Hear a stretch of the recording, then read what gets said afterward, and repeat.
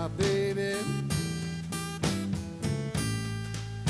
Would only take me back again. Eric Clapton's Crossroads Festival was set for 2 nights of blues and rock and roll, April 12th and 13th at Madison Square Garden in New York City, and it certainly didn't disappoint.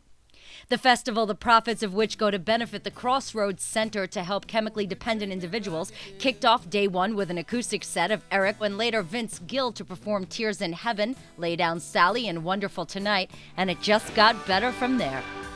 There was Booker T and the MGs, Robert Cray and band with special guests Jimmy Vaughn, Gary Clark Jr., Eric Clapton, and B.B. King. Doyle Bramhall II also played with Citizen Cope, and Gary Clark Jr. also had a solo set. It also featured one of the few shows John Mayer has performed post-surgery, and his vocals didn't miss much. Turn off the lights and the telephone. Me in my house alone. Who says I can't get stoned? Or who says I can't be free from all of the things that I used to be? Rewrite my history. Who says I can't be free? He later teamed with Keith Urban for an ultra-tight version of the Beatles' Don't Let Me Down. Gary Clark Jr.'s set was a highlight, but perhaps the climax was seeing the set featuring 76-year-old Buddy Guy teamed with 14-year-old guitar phenom Quinn Sullivan, who went note for note with the legend, joined by Robert Randolph. Artisan News asked Sullivan backstage how it felt to be playing Madison Square Garden.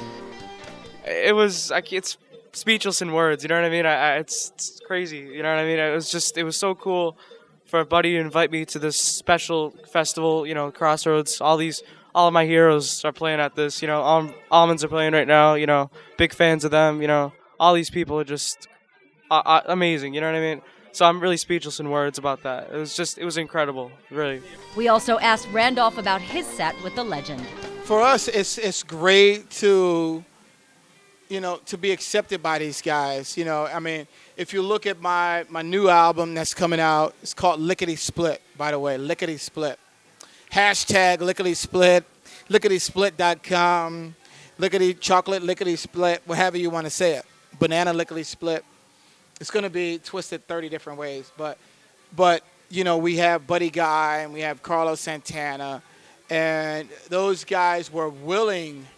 They actually forced the issue for me and my family and the band to get in the studio with those guys. So, such a great thing.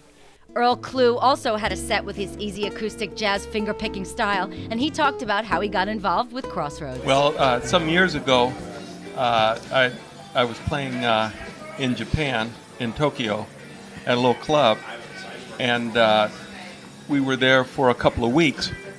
And first person I saw when I went to check in was Eric Clapton. He was standing next to me. So he was checking in. And he looked around and he says, are you Earl Klugh? I said, yeah, I'm Earl Klugh. He says, well, where are you guys playing? I said, well, we're just playing at this club. He says, great, I'm going to bring my band down. I'm like, oh, that's cool. He's in town for a week. He'll probably stop by. Well, he came in 2 or 3 times, when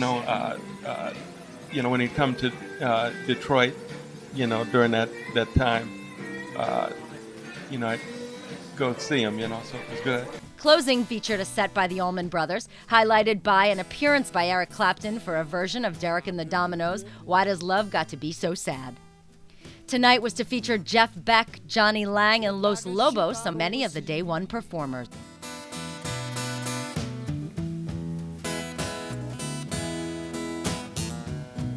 I ain't got nobody